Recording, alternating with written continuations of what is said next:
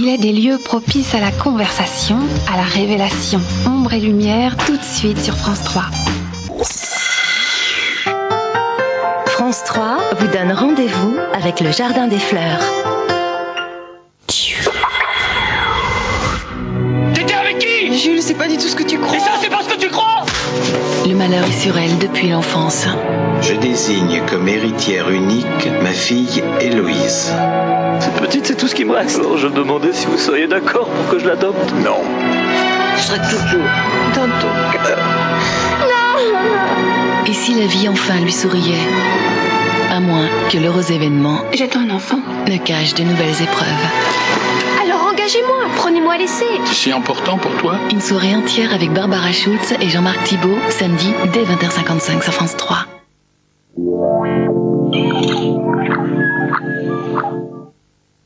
Bonjour, c'est Elton John. Venez me voir à Rome avec RFM. Écoutez RFM et partez rencontrer Elton John à Rome à l'occasion de son concert exceptionnel. RFM, le meilleur de la musique.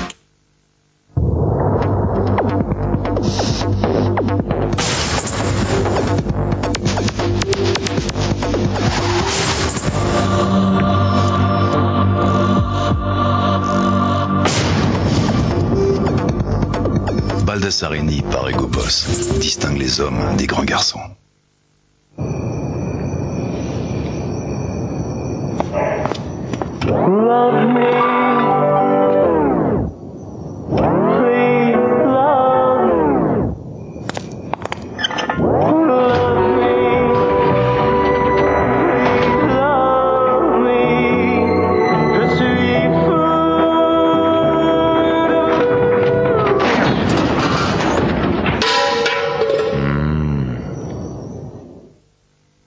Tenez les filles, servez-vous. Oh, t'as eu? Maman, Jules est coincé dans l'arbre. Coincé? Ça c'est impossible. Avec Swiffer, la poussière n'est jamais coincée. Dans les coins, les recoins. Mais qu'est-ce qui lui prend? Dans les plus petites fentes. T'inquiète pas, elle a toujours été comme ça. Mon Swiffer, ça me rend folle. Il y a sûrement un truc. Regardez, vous allez halluciner. On dirait des nids d'abeilles. Bien vu, c'est ça le truc. Même dans les joints, Swiffer est radical contre la poussière et les poils. Et moi, ça me bluffe à chaque fois. Nous aussi, remarque. Hein. Et Jules. Ça va, Jules? Non. Pour faire ça, il faut s'appeler Swiffer. Dans mon rêve, je suis le plus grand magicien du monde. Et voilà. Mais, J'ai découpé en morceaux mon meilleur client. en morceaux, où sont mes pieds? Jack, Ennuyeux, il y a un petit problème. Nous n'arrivons pas à vous rassembler. très ennuyeux. Qu'est-ce que ça veut dire? Vous n'arrivez pas à intégrer vos données clients. Je veux parler à un responsable.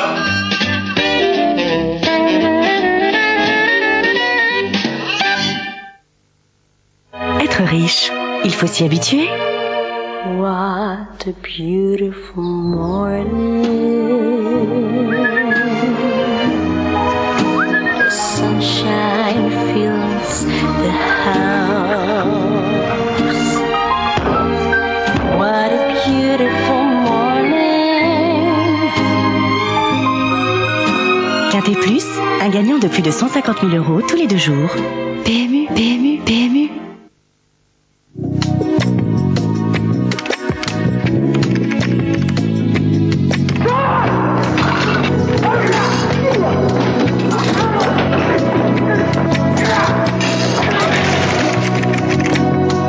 Emportez votre portable sans fil Toshiba Tecra n'importe où. Et grâce à sa technologie mobile Intel Centrino, il vous mènera où vous voulez, en toute liberté.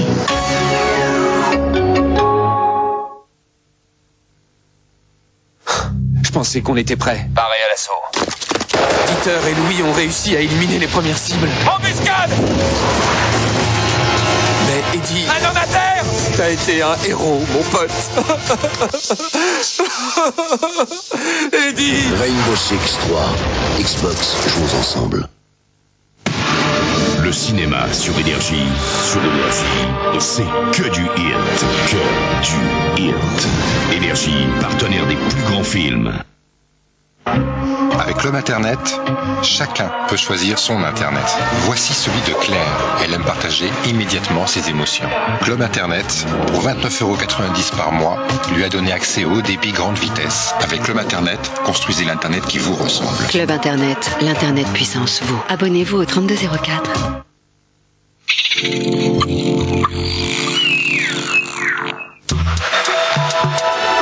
Laurent Fabius a-t-il vraiment changé? A-t-il définitivement troqué le costume 3 pièces contre le blouson et la limousine contre la moto? Il le dira aux 109 qui lui poseront, Dieu merci, d'autres questions de fond.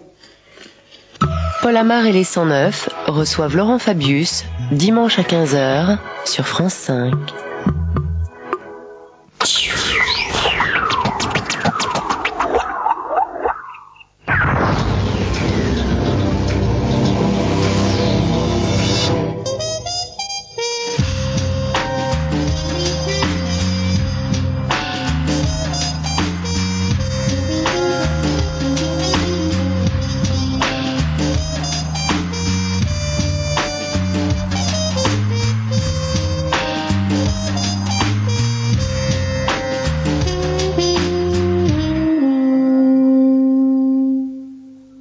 Bien évidemment, on le reconnaît à sa voix et à son physique. Mais une voix et un physique, ça ne définit absolument pas un homme, Richard Bourlinger, sauf que, dans votre cas, vous dites souvent que votre visage traduit ou raconte vos galères. Ou est-ce que ce sont vos galères qui ont fait votre visage? Ah, je crois que c'est la vie qui a fait mon visage. C'est une vie qui a été traversée par un nombre incroyable d'épreuves. C'est-à-dire quand on voit votre biographie, bon, il y a évidemment ces 5 années à peu près de drogue, hein,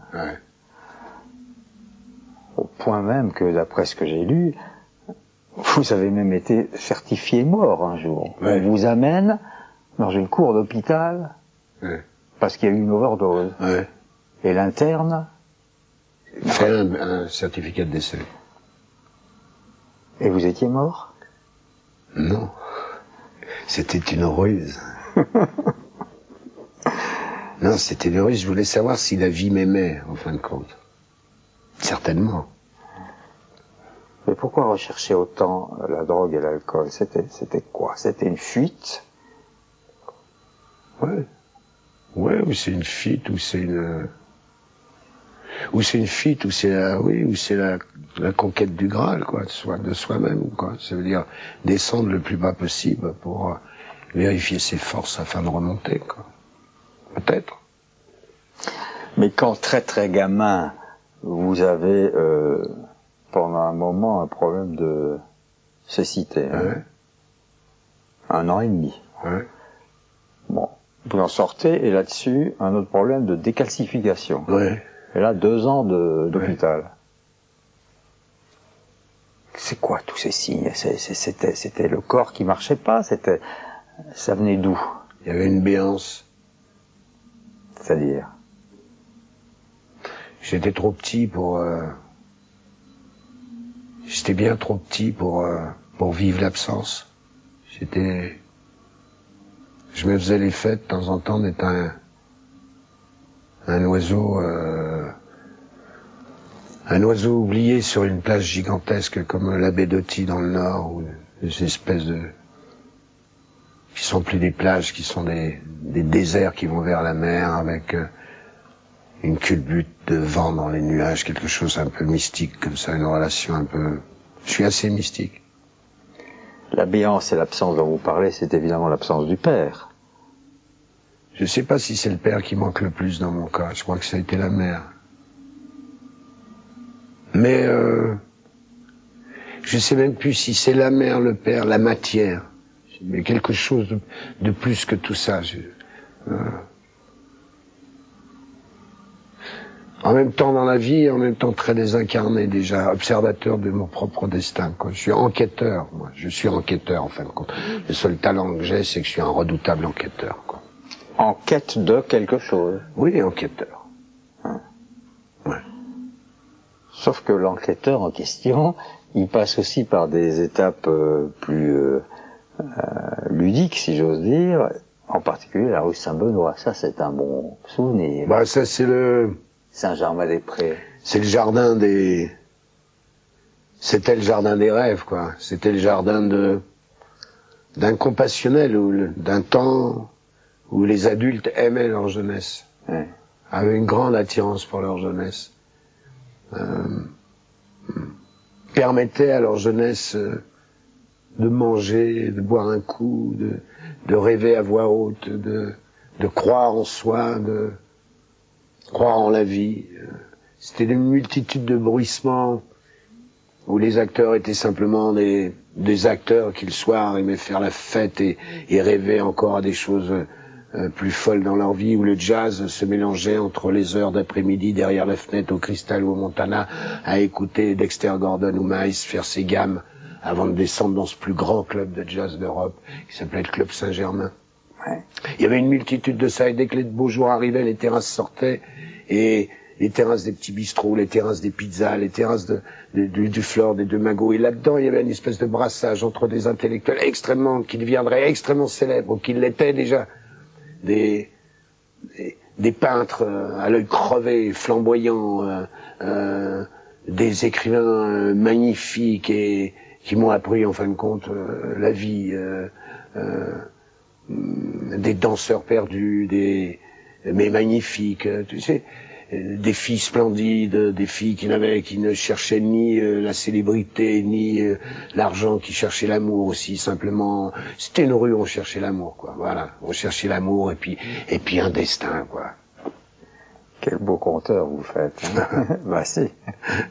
Mais vous êtes un si bon conteur que avec cette émission de radio et sur ce livre, avec ce titre merveilleux, C'est beau une ville la nuit, vous avez gagné des millions de lecteurs, hein, des millions de fidèles. Ouais, je sais. Ouais. Et quand on relit ce livre, ça ressemble à ce que je viens d'entendre, c'est-à-dire quelqu'un qui se met comme ça à décrire. Il n'y a pas de récit réel, il y a des moments, il y a des personnages. Non, il y a des fois j'aurais aimé être réellement, quand je croise Melville, Conrad,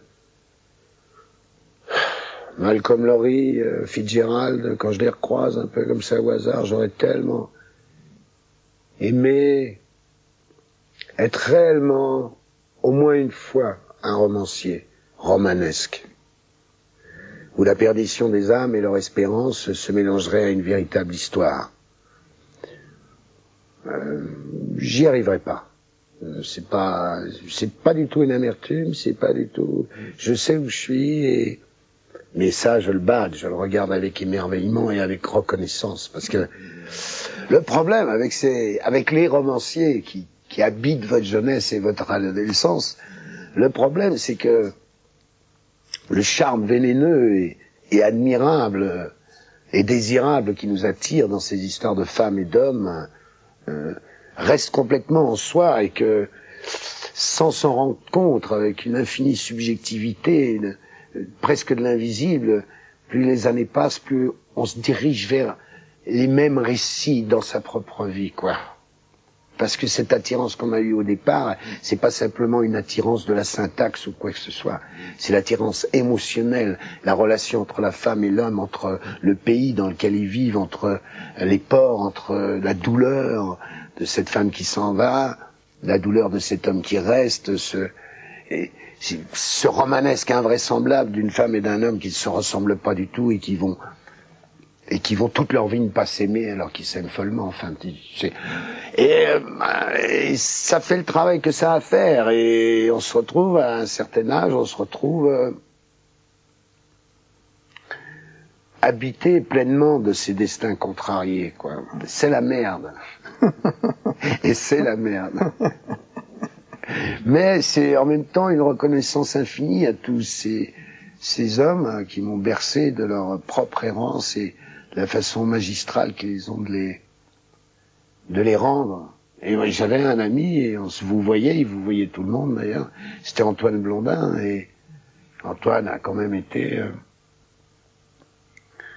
d'abord un écrivain extrêmement malicieux et douloureux, mais en même temps un homme assez étonnant dans la vie, sur le béton de la vie, quoi. Oui, ah bah oui. Un homme assez étonnant. Mais moi, j'ai eu cette chance splendide, c'est d'avoir rencontré des hommes et des femmes qui savaient donner ce qu'ils pouvaient donner au milieu de leur propre douleur, de leur propre truc. Ils trouvaient toujours un bout de rayon, une place à donner à un Lascar, un jeune Lascar, où il y avait un sentiment affectif et il donnait, que ce soit Albert Vidali, que ce soit Antoine Blondin. Oui, mais c'est parce que vous étiez totalement disponible. Vous étiez l'exemple type du jeune homme disponible, sans attache, pas de famille, donc un père, une mère qui ont foutu le camp en Allemagne, qui vous ont confié à une grand-mère. Bon, et puis vous errez. C'est pas une galère, c'est une errance. Ouais. Hein? Mais ça a toujours été des errances, ma vie. Et quand même un jour, après toutes ces traversées, toutes ces expériences, tout ça c'est quand même solidifié dans un travail de comédien, d'acteur quand même, non? Ouais, mais j'ai toujours eu beaucoup de mal. Ouais, vous avez du mal à être comédien. Ouais. Mais où est votre vérité alors? Dans ce que je dis pas. C'est quoi ce que vous me dites? Ma vérité, elle est comme tout humain, quoi. Elle se cherche, elle se déteste. Elle se cajole rarement, ma vérité. Est-ce que vous voulez me dire par là que, bon, vous avez tourné dans à peu près 70 films, hein, ouais. Il n'y a pas eu de satisfaction? Si. Mais c'est des satisfactions modestes. Quand on reçoit le César pour Le Grand Chemin, et c'est pratiquement la même année où on a 1 million d'exemplaires qui sont en train de se vendre de C'est beau une ville la nuit. Il y a tout de même un semblant de satisfaction, non? Oui, c'est très court. Ah ben bien sûr. C'est très très fulgurant. C'est déjà passé. Au moment où on voudrait être totalement généreux avec cette chance incroyable qui nous arrive, c'est déjà passé. Moi, le moment du César du Grand Chemin, le premier César que j'ai eu, c'était le moment épatant, c'était Roland Blanche qui demandait, on jouait l'Ouest-le-Vrai à ce moment-là, et Roland Blanche a demandé aux spectateurs de m'attendre, de nous attendre pour commencer la pièce. Il avait foutu un écran de télé sur la scène, et il a obligé toute la salle à attendre que j'ai ce premier de César pour l'addition. Bon, ok. Donc c'est la relation avec Roland Blanche, ce qu'il a osé ce soir-là, ce qu'il a fait avec un amour, avec une passion folle. C'est ça qui me reste surtout. La deuxième, c'est que Johnny Hallyday, je dis ça parce que Johnny, il est chier parce qu'il dit, quand il m'appelle, il dit, c'est Johnny Hallyday. Et je lui dis, on est en Amérique il n'y a pas longtemps. Je lui dis, mais pourquoi tu rajoutes toujours Hallyday? Et il me dit, mais il n'y a pas qu'un Johnny. C'est joli. Oh, il est magnifique. Il est magnifique. Et la deuxième fois, on était, avant la cérémonie, on se tapait un petit gorgeon derrière, là. Et il me dit, tu sais ce que j'aimerais?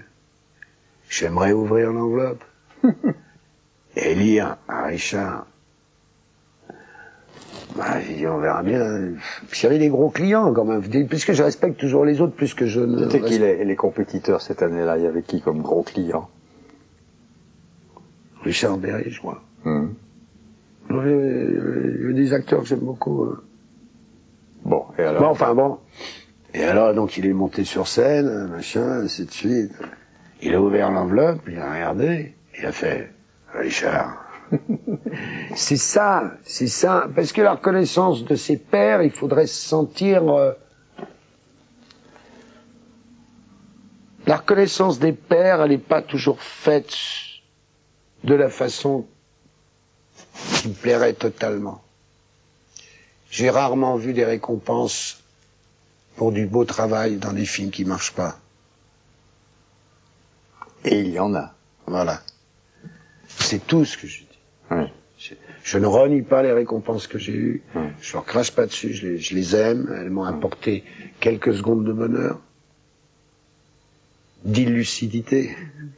C'est joli comme terme. Illucidité. De non-lucidité. D'inclairvoyance. Et puis voilà. C'est posé. Donc, à ce niveau-là et à ce stade-là, qu'est-ce qui est important, en dehors d'avoir quand même des enfants, dont vous êtes relativement fiers, hein? Il y a un projet, cette ville la nuit, là, vous devez faire un jour un film. C'est au moins un projet, ça? Je sais plus. Mon projet le plus intense, c'est de repartir sur la route. C'est de repartir derrière l'horizon. C'est de repartir en Afrique. C'est de retourner dans l'océan Indien, voir mon ami Punia, grand leader créole d'un très grand groupe de l'océan Indien, rentrer dans leur nuit de mélancolie, parce que les Malbars créoles sont très très mélancoliques. Et de naissance même, ils connaissent déjà les tourments de l'âme et de l'amour. Et voilà, c'est ça. Essayer d'emmener mes enfants le plus loin possible dans cette quête des autres, de la différence, de tout ça. Vos enfants, au moins eux, n'auront pas connu votre solitude et votre abandon, parce que vous avez été abandonné. Ouais, total, oui. Ouais. Ouais. Mais bon, ça va. Il vaut mieux avoir le manque de ça que l'avoir et qu'il vous fasse du mal. Il vaut mieux vivre avec le manque de ça, plutôt que de vivre une pauvre histoire familiale. La médiocrité, vous voulez dire la routine. Mais dans la routine, il y a aussi des pics intéressants, quoi. Les habitudes, c'est pas forcément un manque d'aventure, quoi. C'est pas, il y a de l'aventure aussi dans les habitudes. Il y a de l'aventure partout. Partout. Ouais. Partout. Donc, à travers ces kilomètres de vie, et ces épisodes invraisemblables, si on vous lit, si on vous écoute, vous êtes mort 10 fois. Oui. Oui. Parce qu'on a parlé de la drogue, mais il y a eu l'alcool aussi. Vous parliez de Blondin, j'imagine que les bitures avec Blondin, c'était pas rien. Elles étaient splendides. Elles étaient dévastatrices et magnifiques, et d'un lyrisme incroyable, et d'une poétique incroyable. Évidemment que c'était peut-être pas un exemple pour des gens plus fragiles, mais nous, en tous les cas, on vivait avec une frénétique à se vouvoyer et à s'envoyer des vers à la tête de... Je me souviens, un jour, il a dit à sa femme au téléphone, Antoine a dit à sa femme au téléphone, ça faisait 2 trains où elle venait le chercher à Limoges et qu'il n'y était pas. Il lui disait, je suis avec le jeune Richard. Très bien, très bien. Et la 3e fois qu'il a téléphoné, elle lui a dit, quand même, mon cher Antoine, et il lui a dit, cher ami, préférez-vous voir arriver un train vide ou un homme plein? Et quand on a été élevé par des lascars comme ça, il est évident que l'avion découle après, quoi. On est plus proche de ça que d'autres choses. Les écrivains comptent plus pour vous que d'autres. Vous parlez de Blondin, vous avez parlé de Conrad, Melville. Il y a Jack London aussi. Ah, Jack London, c'est presque une injustice que Jack London ne soit pas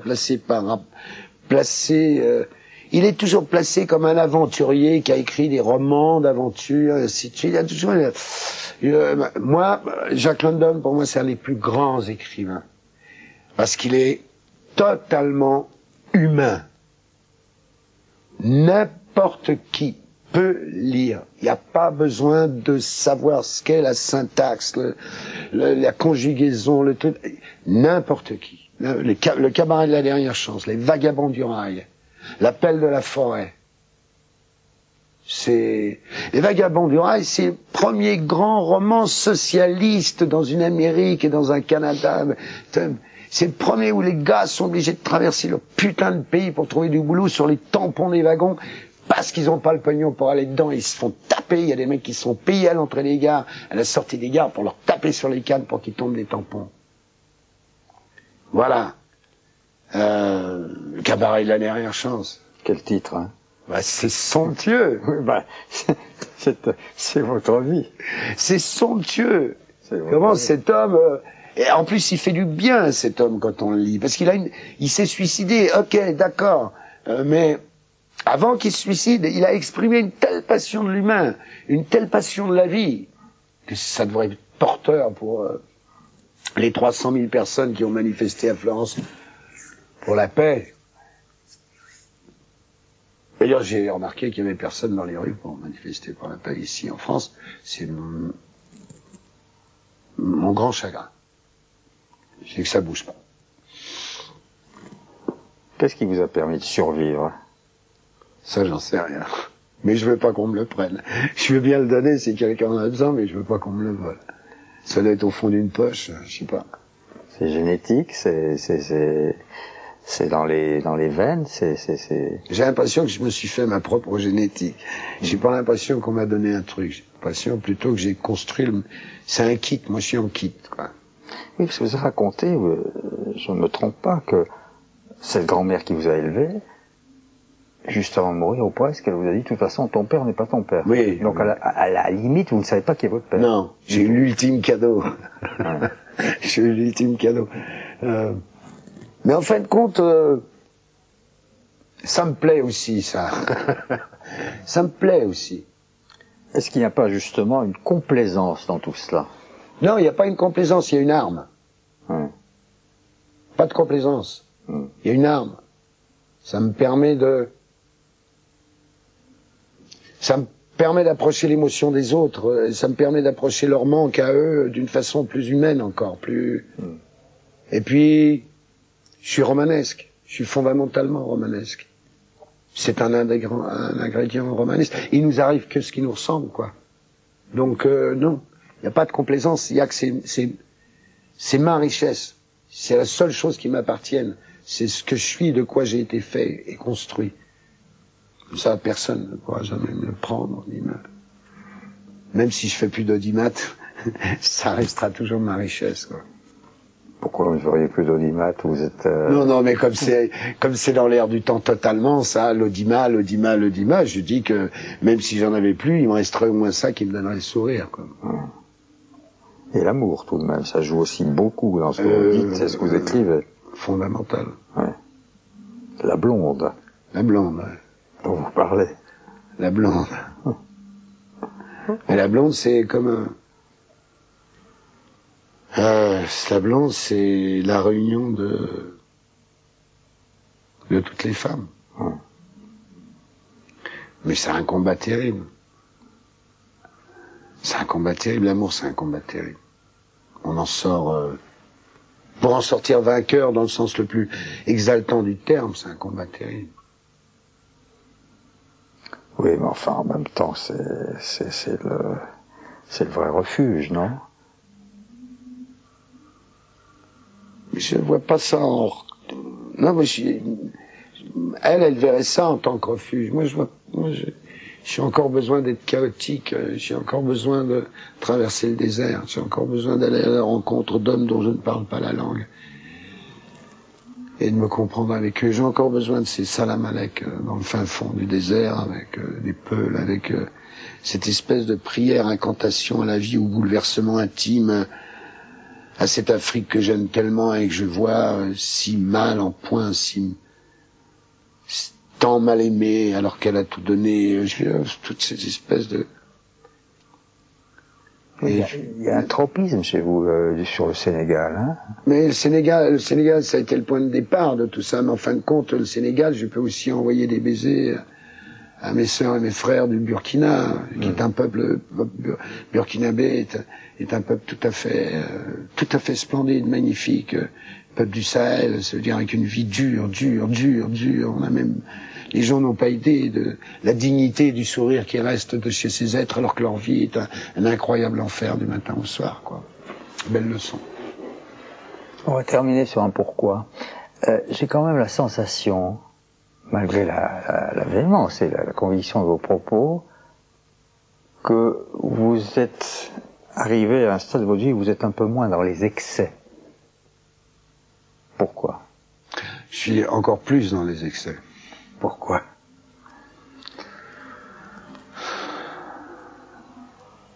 Parce que le temps est comme une tempête. Et qu'il faut que je monte sur les nuages pour en profiter encore un peu. Pourquoi? Parce que c'est ma seule façon de vivre encore. Merci.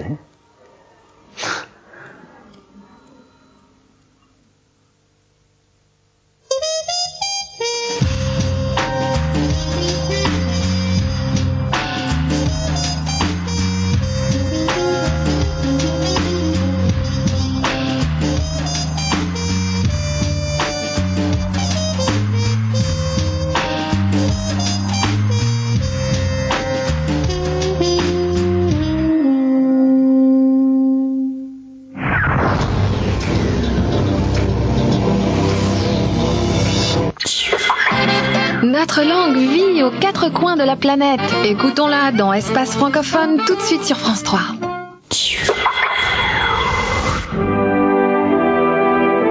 C'est le plus grand paquebot du monde. Son nom est déjà entré dans l'histoire, le Queen Mary 2.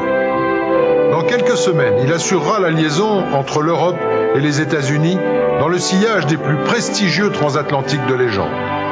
Pendant des mois, nous avons suivi sa construction au chantier de Saint-Nazaire. Une construction ponctuée de joie, de conflits et de larmes. La naissance d'un géant, c'est demain à 20h50 dans Thalassa, sur France 3.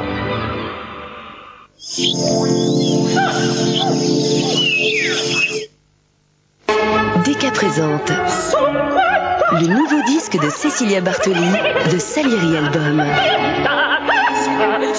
Cécilia Bartoli, de Salieri Album, une voix unique, un disque somptueux, un disque DK.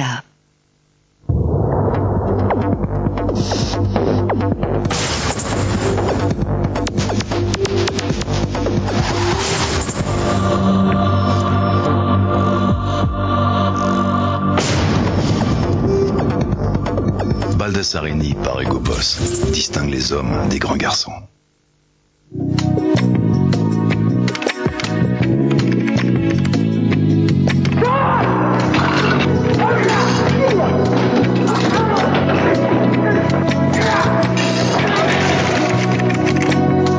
Emportez votre portable sans fil Toshiba Tecra n'importe où. Et grâce à sa technologie mobile Intel Centrino, il vous mènera où vous voulez, en toute liberté.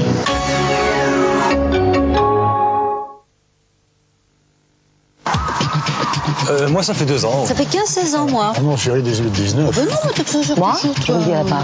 Moi, j'ai besoin de lunettes pour de près depuis 7-8 ans. C'est pas marrant, mais ça arrive à tout le monde, passer la quarantaine, oui. On passe sa vie à chercher ses lunettes. On les a jamais où il faut, quand il faut. Je les cherche plus, je ne les trouve jamais. De là est née l'idée du coffret. La Forti d'Afflelou. 4 lunettes identiques, 4 couleurs différentes. Forti, ça veut dire 40. Voilà, c'est la quarantaine. La Forti d'Afflelou. Ce coffret 4 lunettes, 59 € prix maximum. That's energy. Énergie et music only. On to Ecusa. That's energy. Ça, c'est énergie. C'est de la bonne énergie. Avec leur programme, leur musique. Énergie, c'est top, c'est le feu, écoutez énergie. Energy. Hit music only.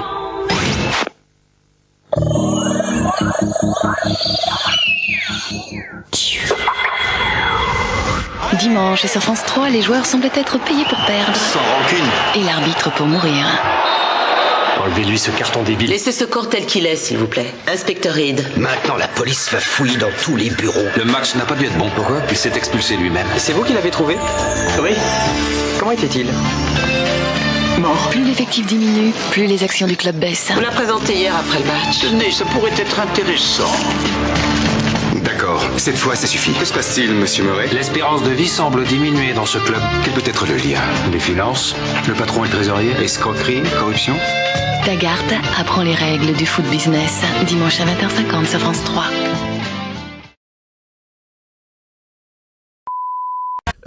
Gilles Verdez, chroniqueur chez Cyril Hanouna. Gilles Verdez, si demain il faut que je parte en vacances avec lui, je préfère me suicider.